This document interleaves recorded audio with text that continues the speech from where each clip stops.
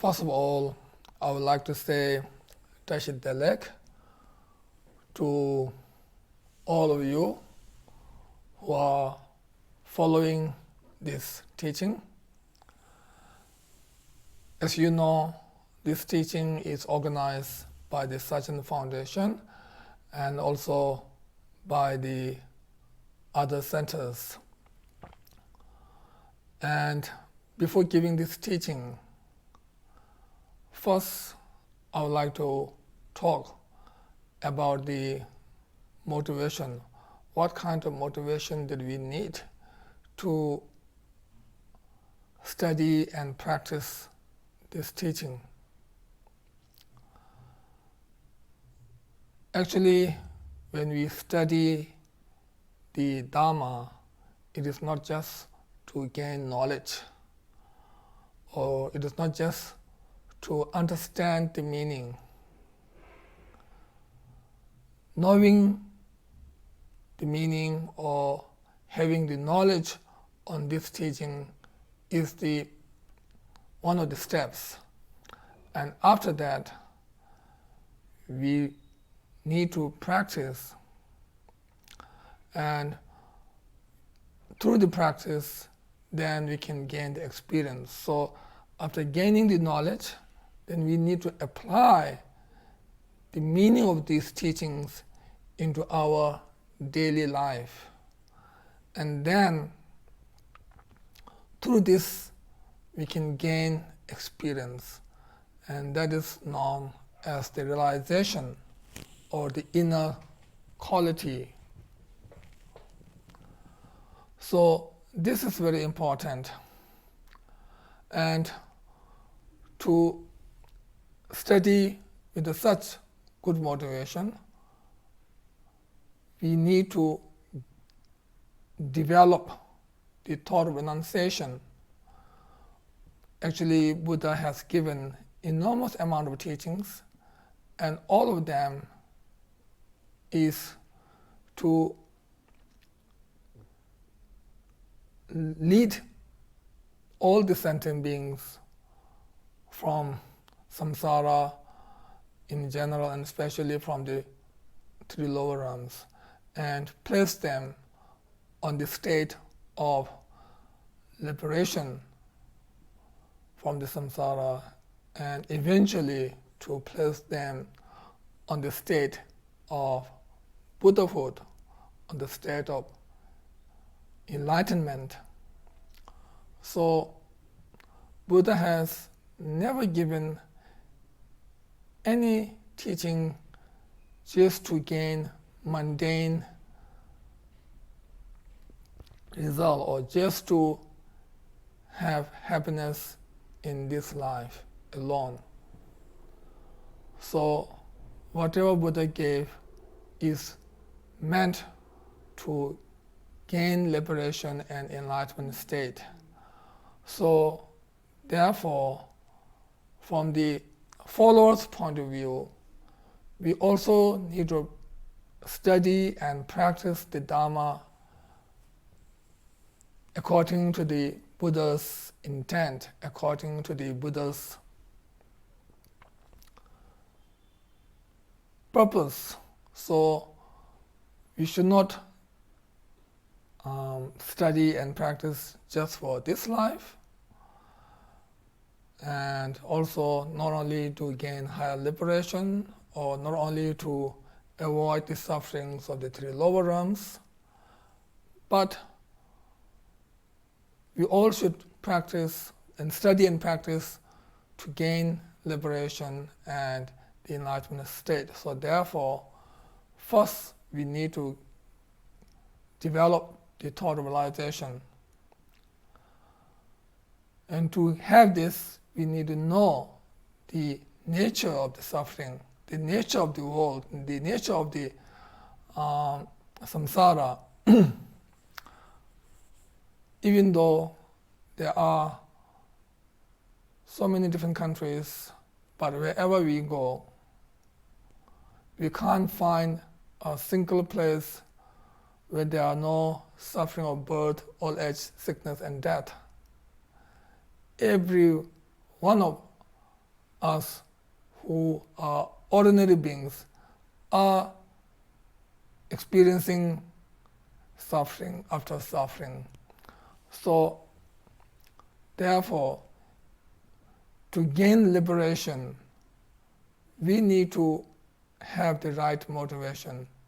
We need to improve our mind. We need to train our mind. We need to subdue our mind. We need to develop our mind. If we just develop the material world, then no matter how much we developed, still we won't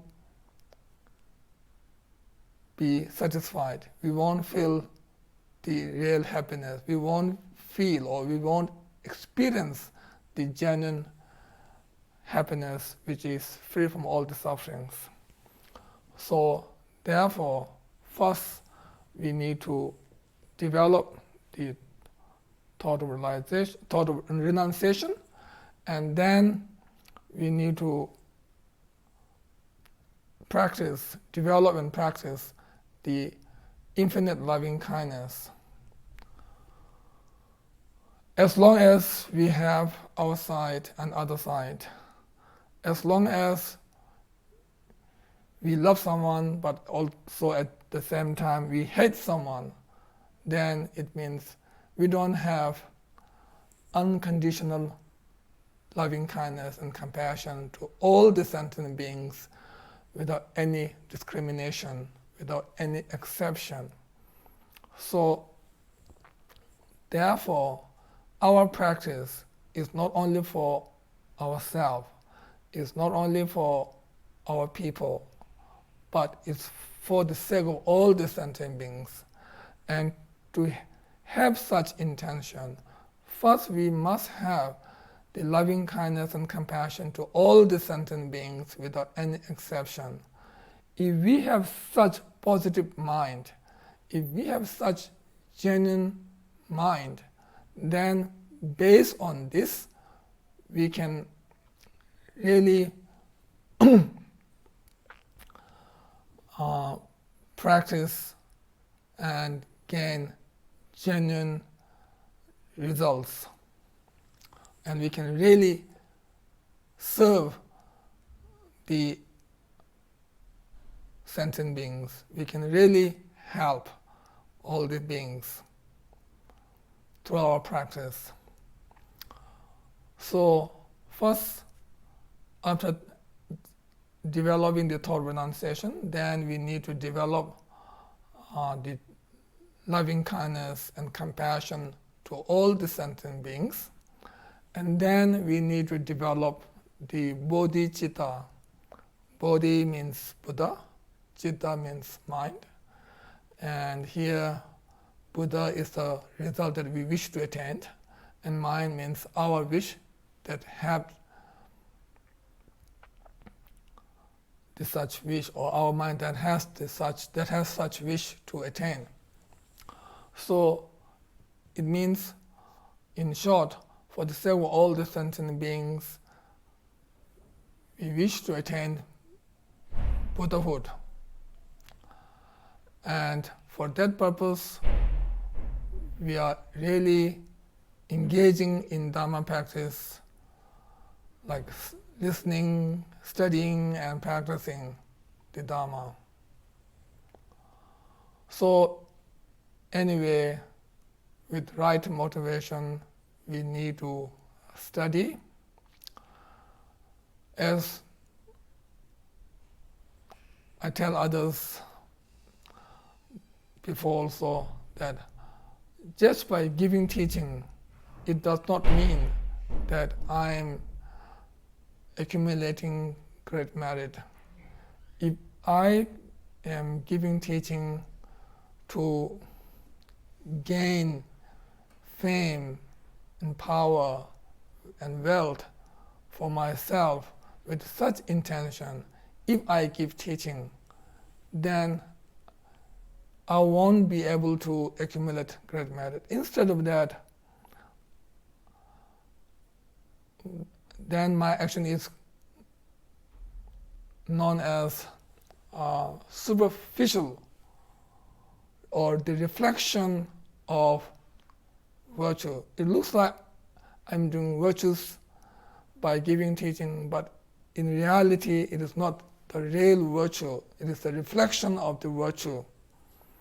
So I also need to develop the right motivation, and also all of you also need to develop the right motivation. Without the right motivation, no matter how much effort that we put, how much time that we spend, even for years and years, still we won't be able to call ourselves the real dharmic practitioner or real spiritual person. So therefore, generating the right motivation is very, very important. And then based on this, we all need to study. And today we will start studying on the Garland of Jewel, which was taught by the great Chogyal Papa, who is one of the 5 founding masters of the Sakya tradition. Not only he is a great master, but also he is the guru of emperor, and he is the Dharma king. And he gave this teaching to a prince called Chibik Demur of the Yuan dynasty. As we know, Chogyal Papa is the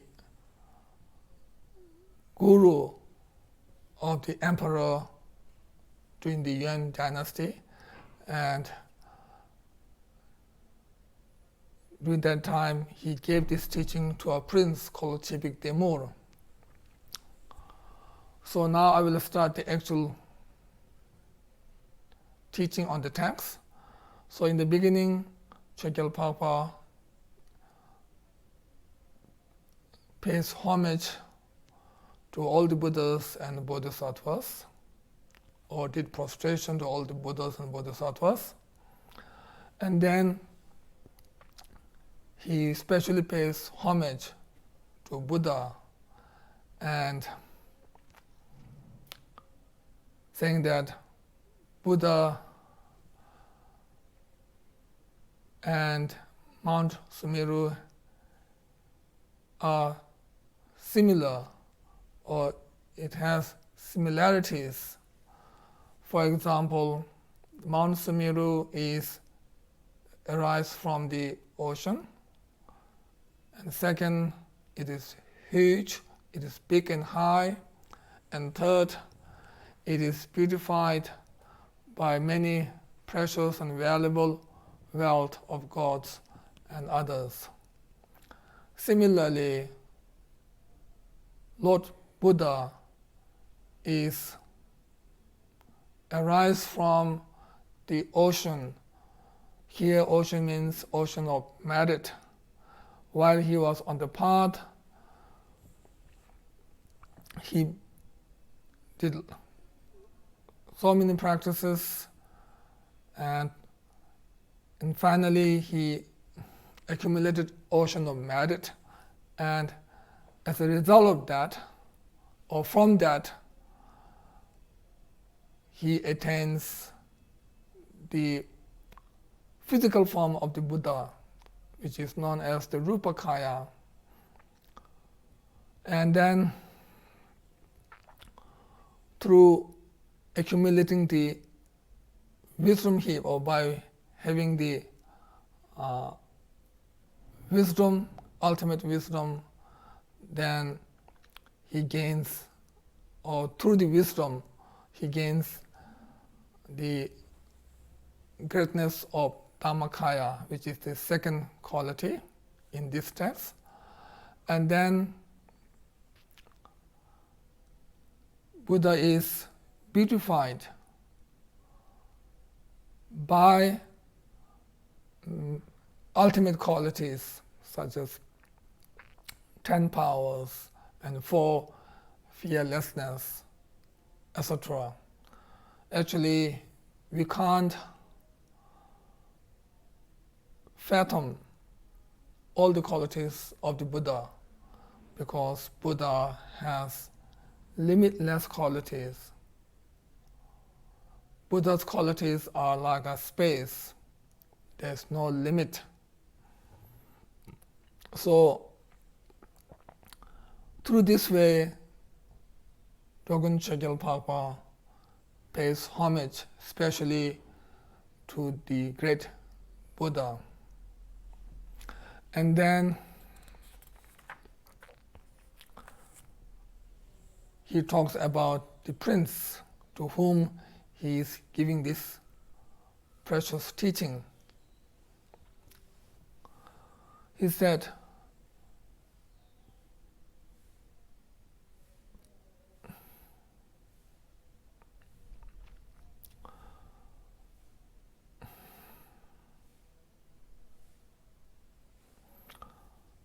you are like a precious jewel, because precious jewels arise from the ocean. Second, it has beautiful shape and color. And then third, by supplicating to it, it can fulfill the wishes. So similarly, the prince is born out of ocean of virtuous deeds that he has performed in the past lives.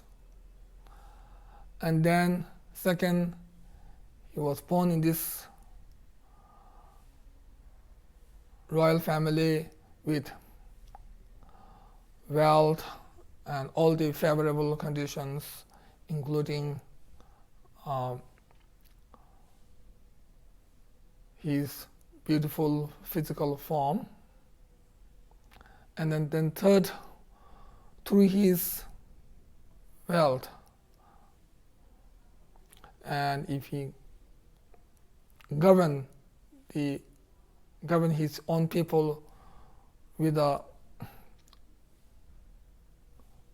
law of Dharma, then it can fulfill all the wishes of his people. So he said, Chögyal Papa said, the prince is like a precious jewel which has these qualities, so may prince be victorious all the time by overcoming all the outer and inner obstacles. And then now it talks about the quality of this text called the Garland of Jewel.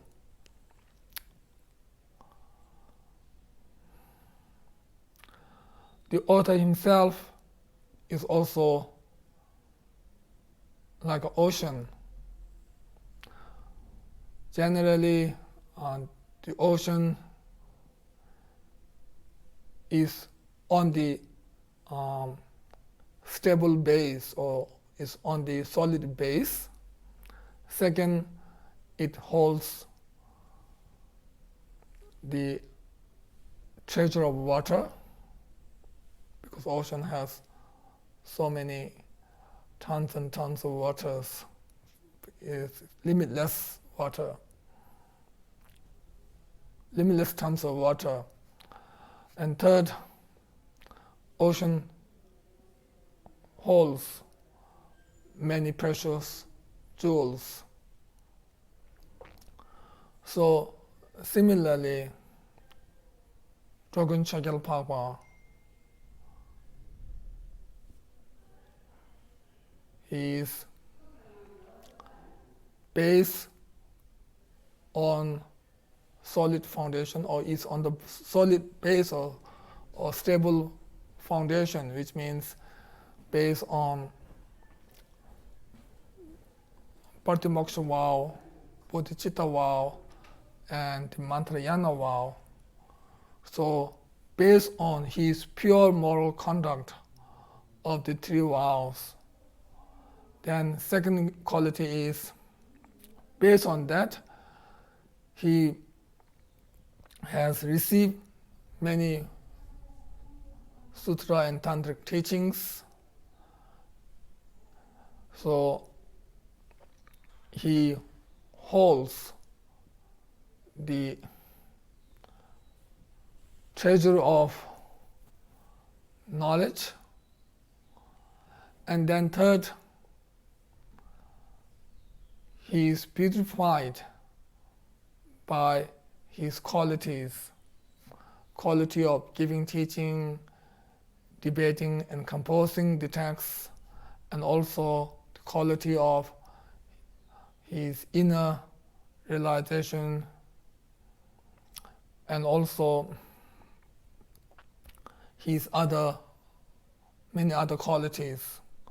Due to these qualities, it beautifies him.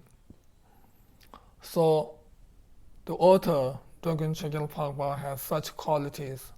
Actually, it is important to have good qualities, positive qualities, genuine qualities to give such a teaching.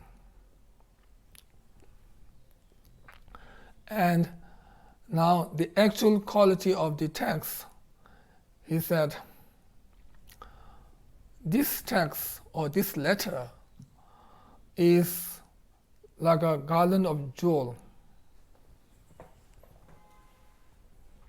because the garland of jewel came out from the ocean, and wherever you put it,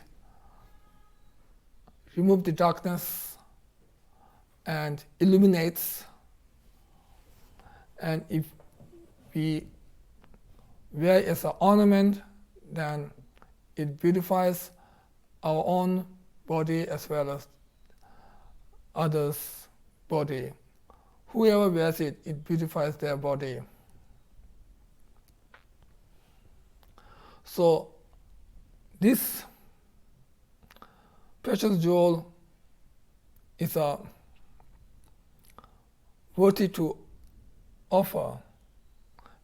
Similarly, this letter or this text or this advice came out from ocean of wisdom, perfect ocean of wisdom or pure ocean of wisdom, and also whoever holds this text or this advice or this precious teaching can remove their own darkness of ignorance, and it illuminates their wisdom, or the wisdom will shine.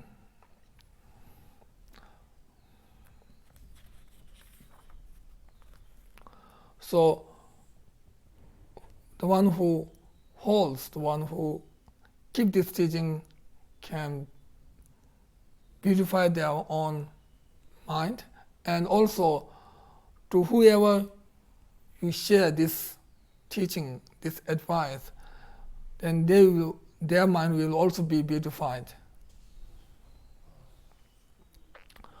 So this precious teaching or letter is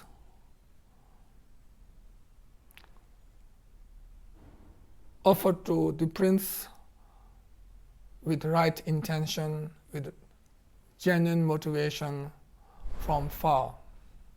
So he gave this teaching or this precious advice from far to the prince.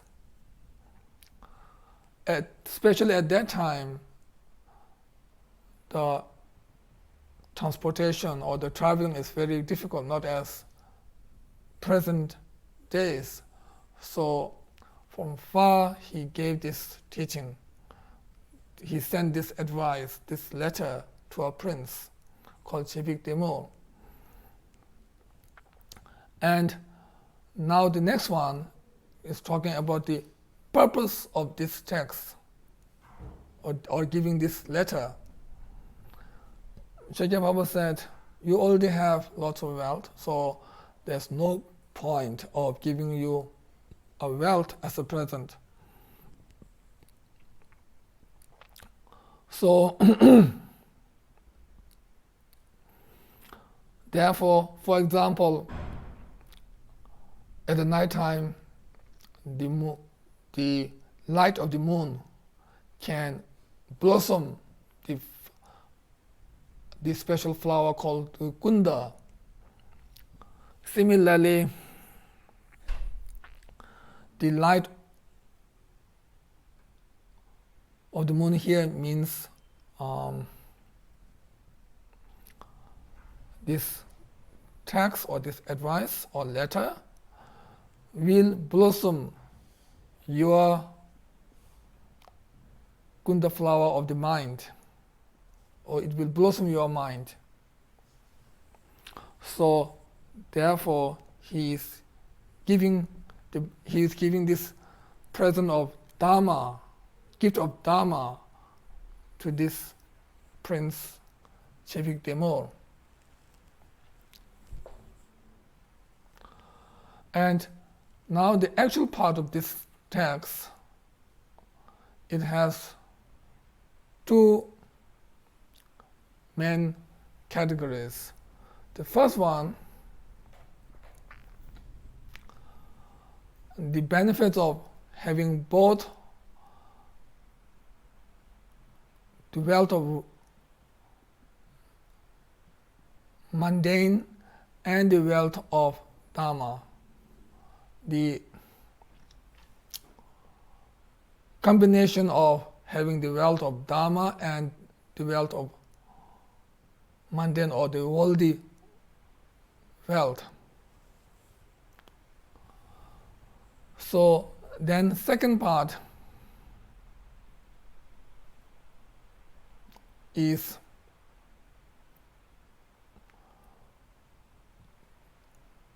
talking about the worldly things, giving you the worldly advice. And third one, actually there are three. The third one is beyond worldly things or advice. Actually, my English is very limited, so please don't accept all the Dharma terms that I use in English as accurate. So please don't wholeheartedly believe all my English Dharma terms as a genuine one, because my English is very limited.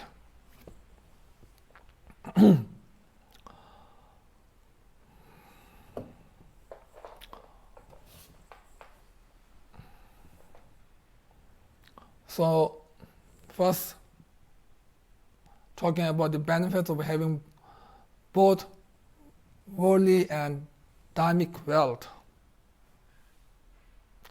If one has only the worldly wealth without the Dharma, then it is like having a good food with a poison. It can only cause us to experience more and more suffering. Like all these worldly wealth, like having all the nice palace and all the nice facilities and all these followers or the retinues, no matter whatever you have.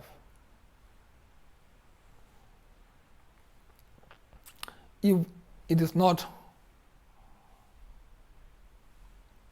sealed by the wealth of Dharma, then after the death, then one will be born in the lower realms and will experience only the suffering. So having the wealth without the Dharma, having the wealth without a positive mind is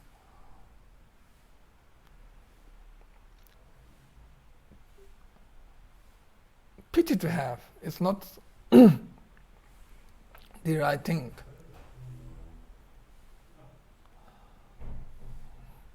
And then next he said, even you have the wealth of Dharma, but if you don't have the worldly wealth, then you can't help greatly, you can't help your people, your subjects in a great way. Those small business persons, they will discard the jewels that are not polished, the jewels that are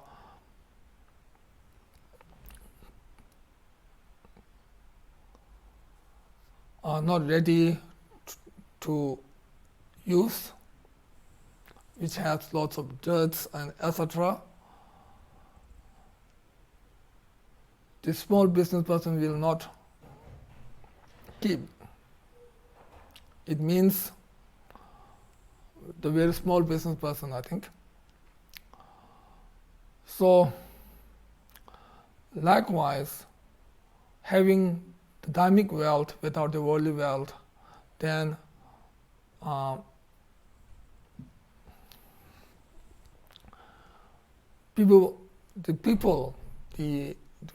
your own people will not respect and will not obey your orders, your commands.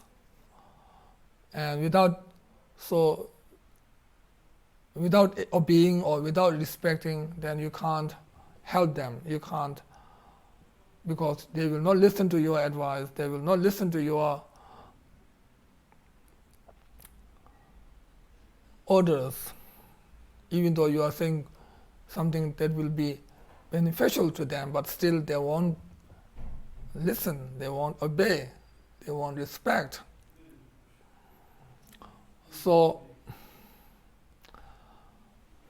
for your own people, to govern your own people, to help your own people, you need both the wealth of Dharma and mundane wealth. So this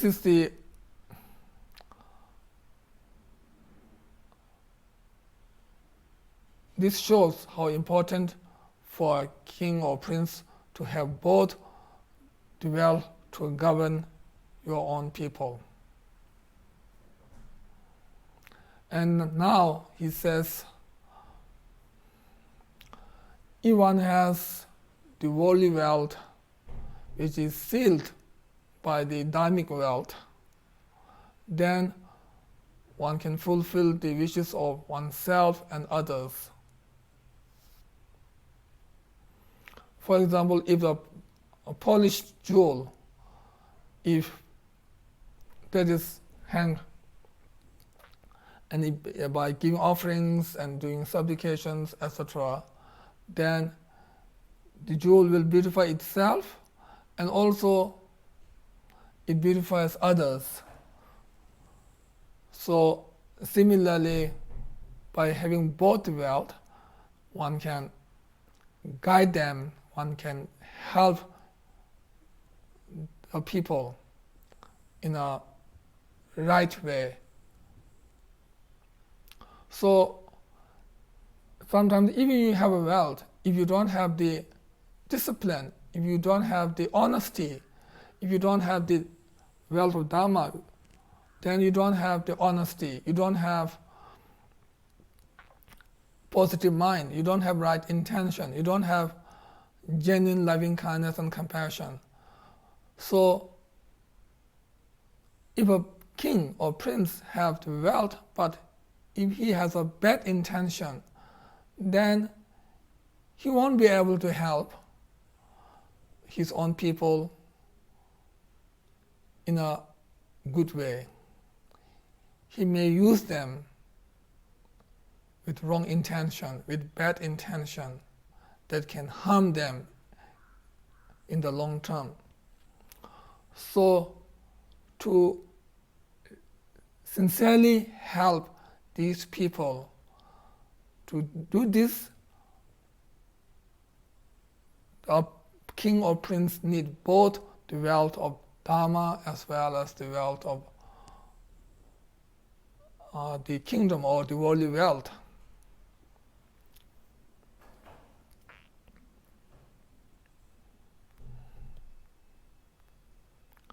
So, therefore, in order for this Prince Chibik-Demul to have the wealth of Dharma as well as the worldly wealth,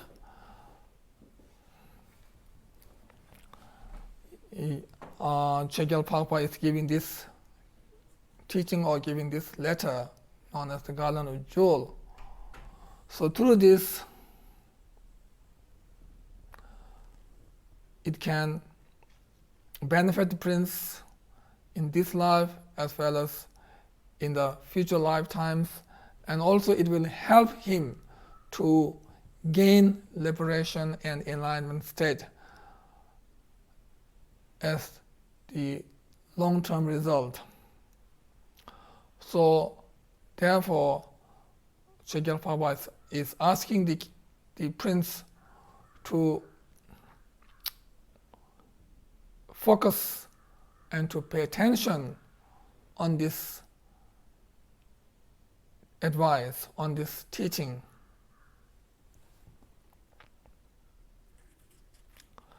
And now, talking about the worldly things or the worldly advice,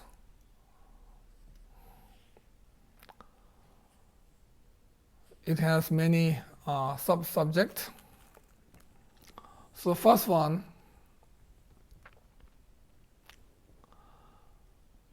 the most excellent light is the light of sun, and most excellent accumulation is the ocean.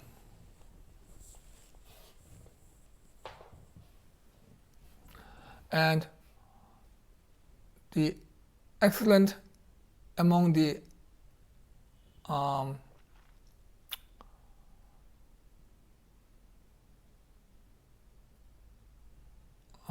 strong and hard object is the Mount Sumeru.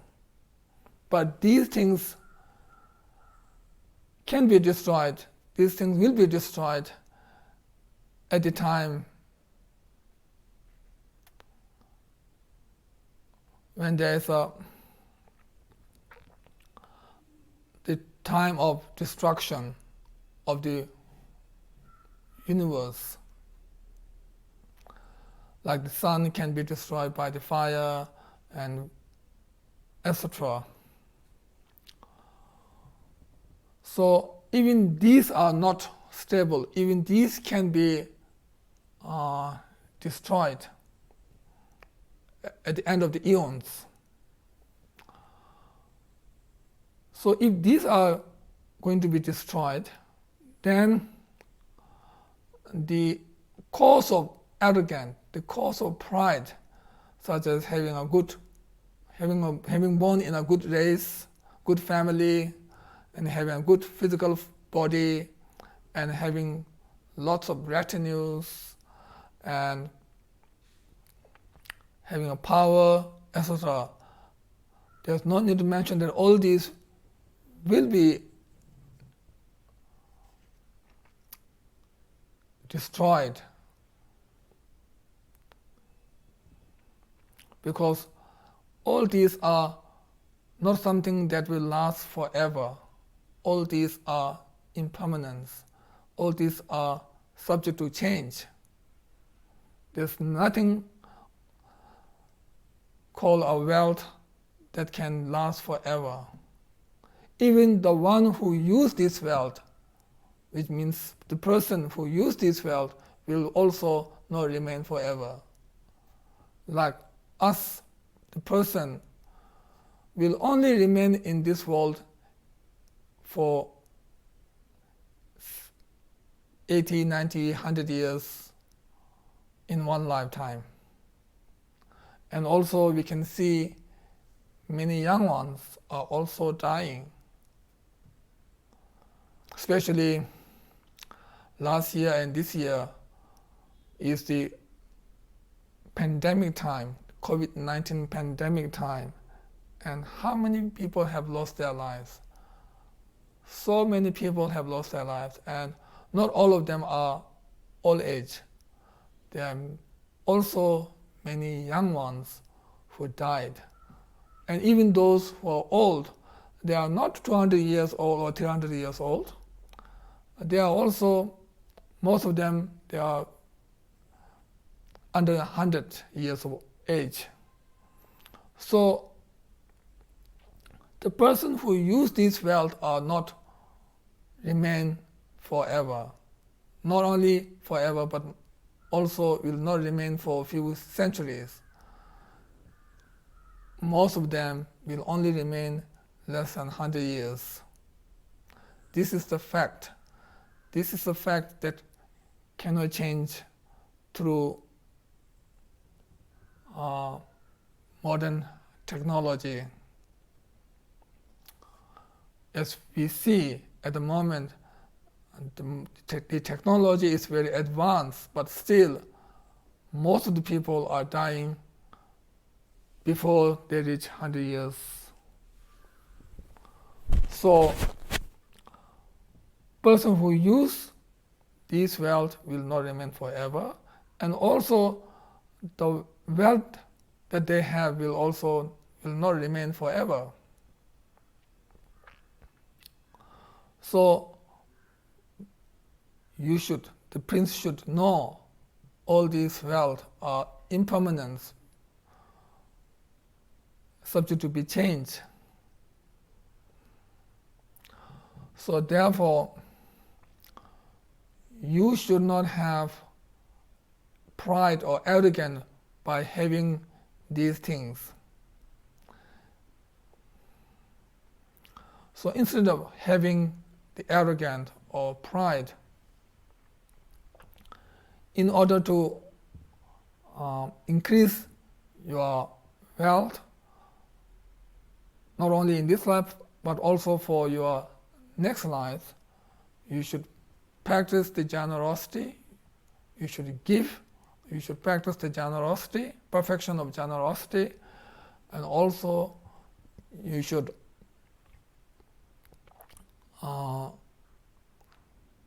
keep the moral conduct.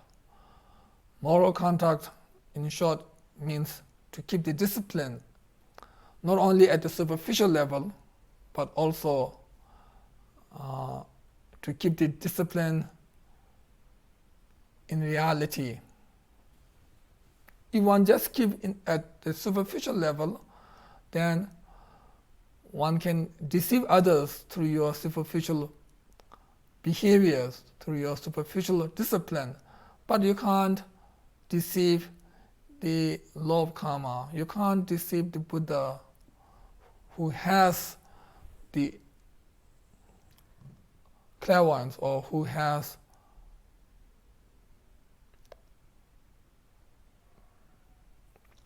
the power of knowing everything, or who is the omniscient.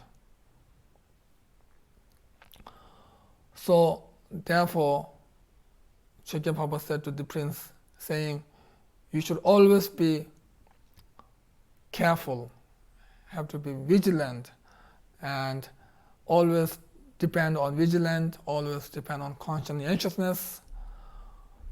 So always be careful, not letting your mind to have negative thoughts such as pride or arrogance, etc. Now the next one,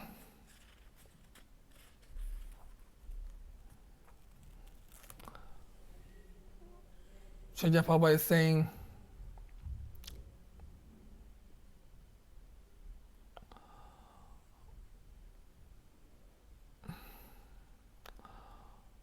generally the beings of the three lower realms and the gods and humans of the Desari realm, they experience the suffering of suffering, and also all the beings of the three higher realms in general, they are experiencing the suffering of change, and all the beings of lower realms and higher realms,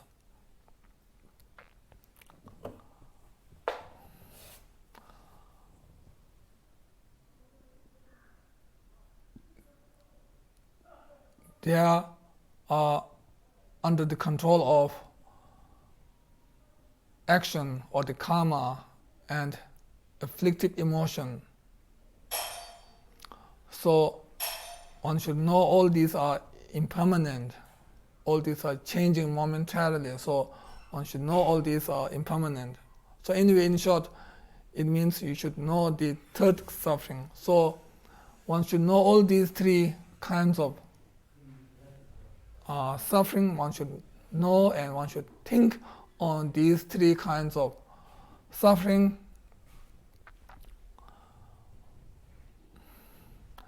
And by experiencing these sufferings, due to this, it should cause you to put effort to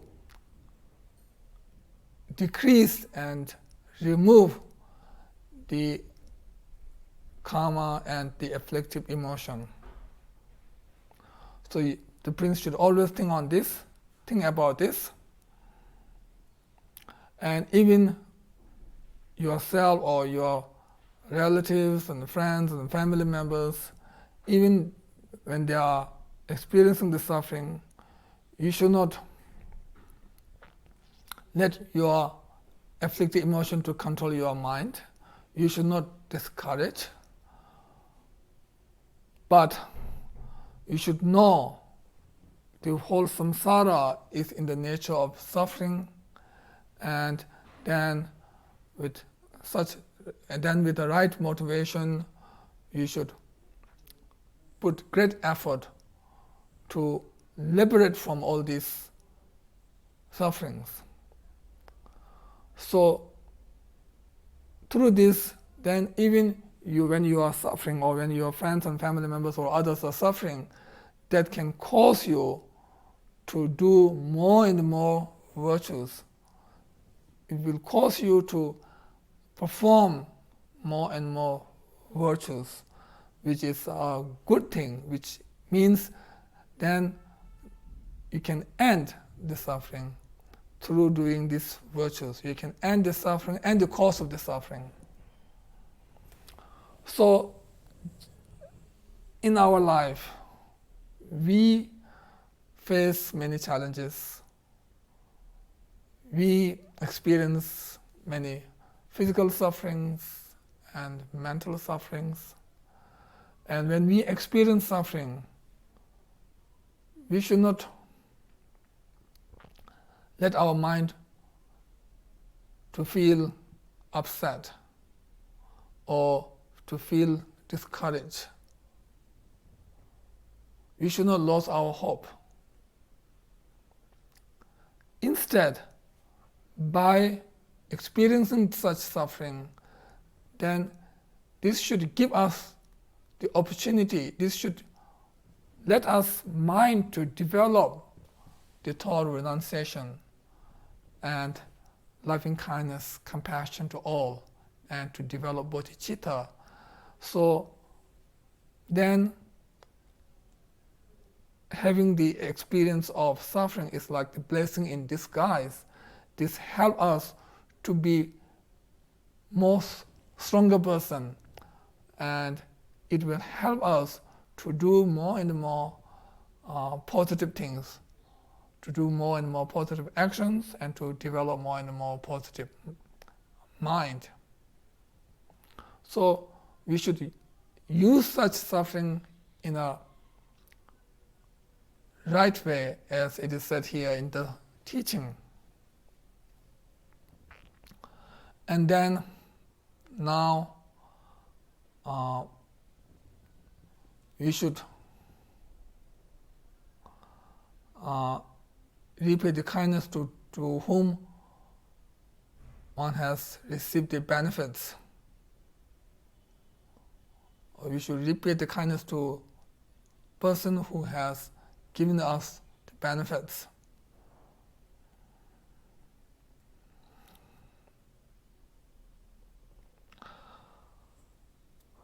In the past life, one has done the practice of generosity, and main thing is one has kept the pure moral conduct and also have done many prayers with others together. And due to this, in this life, the Prince Chipidemul has your own present life father and mother, and your own grandfather and grandmother, etc. So the prince should respect the elders. The prince should respect the parents and grandparents, etc. And also treat them with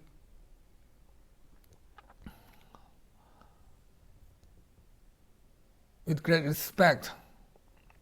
And also always try to serve them. So you should have such intention all the time. Or you should have such intention. And if you do in a such a way, then you are doing something that is good according to the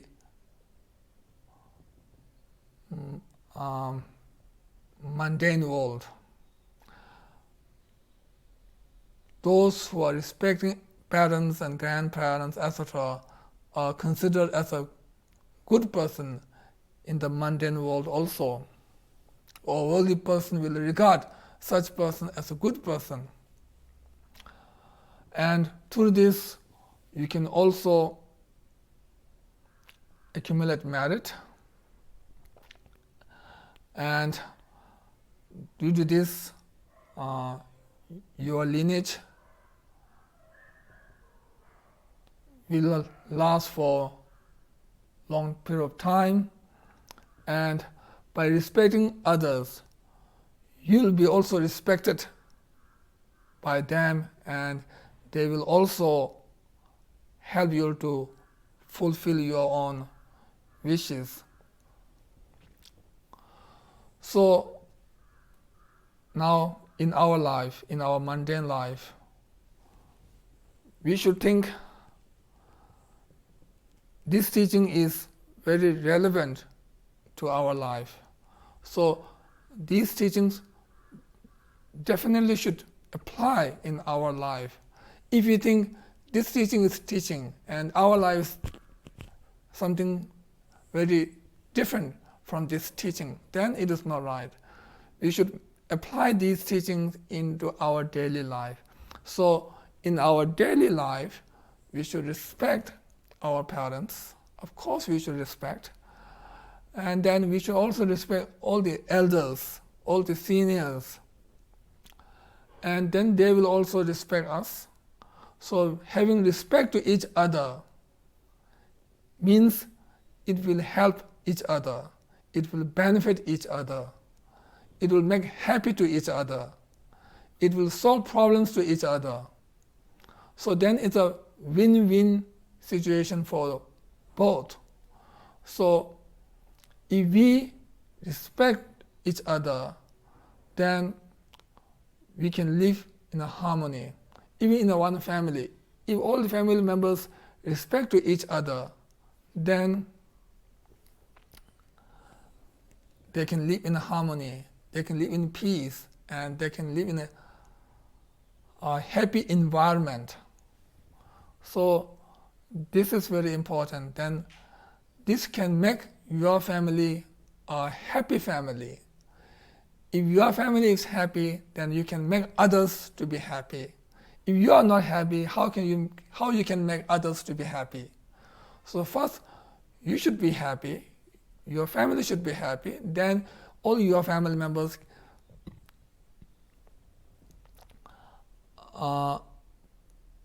can make others happy together.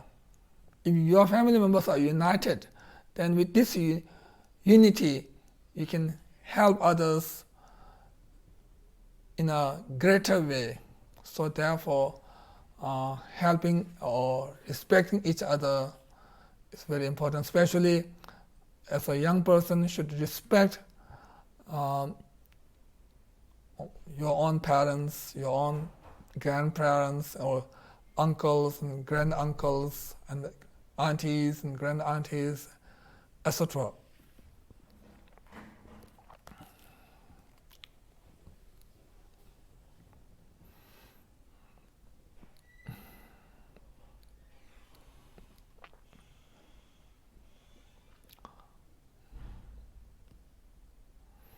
And now,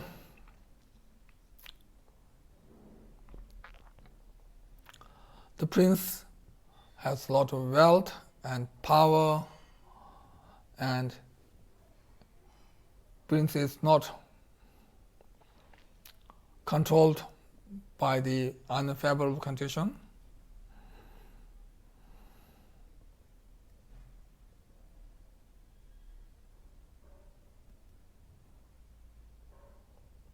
And you should always respect your great king.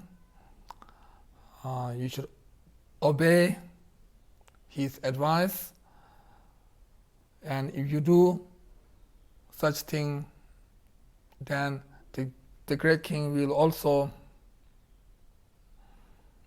help you to fulfill all your wishes. And then the prince yourself will be respected by the other kings and ministers and other leaders of your area or other area. And also, in short, if you do good things, and if you respect your great king, if you obey your great king, if you make your great king happy, then others will also respect you and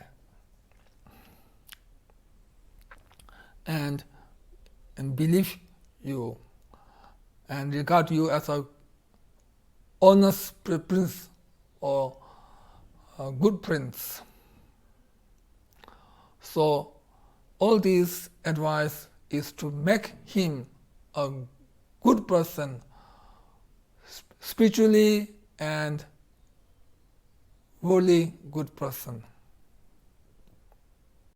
So at the end, we should dedicate all the merits that we have earned today, as well as all the other merits, to attain Buddhahood for the sake of all the sentient beings. So by doing the dedication, our merits will become more powerful and more difficult to destroy by our negative thoughts. So therefore, it is very important to do a proper dedication at the end of every practice.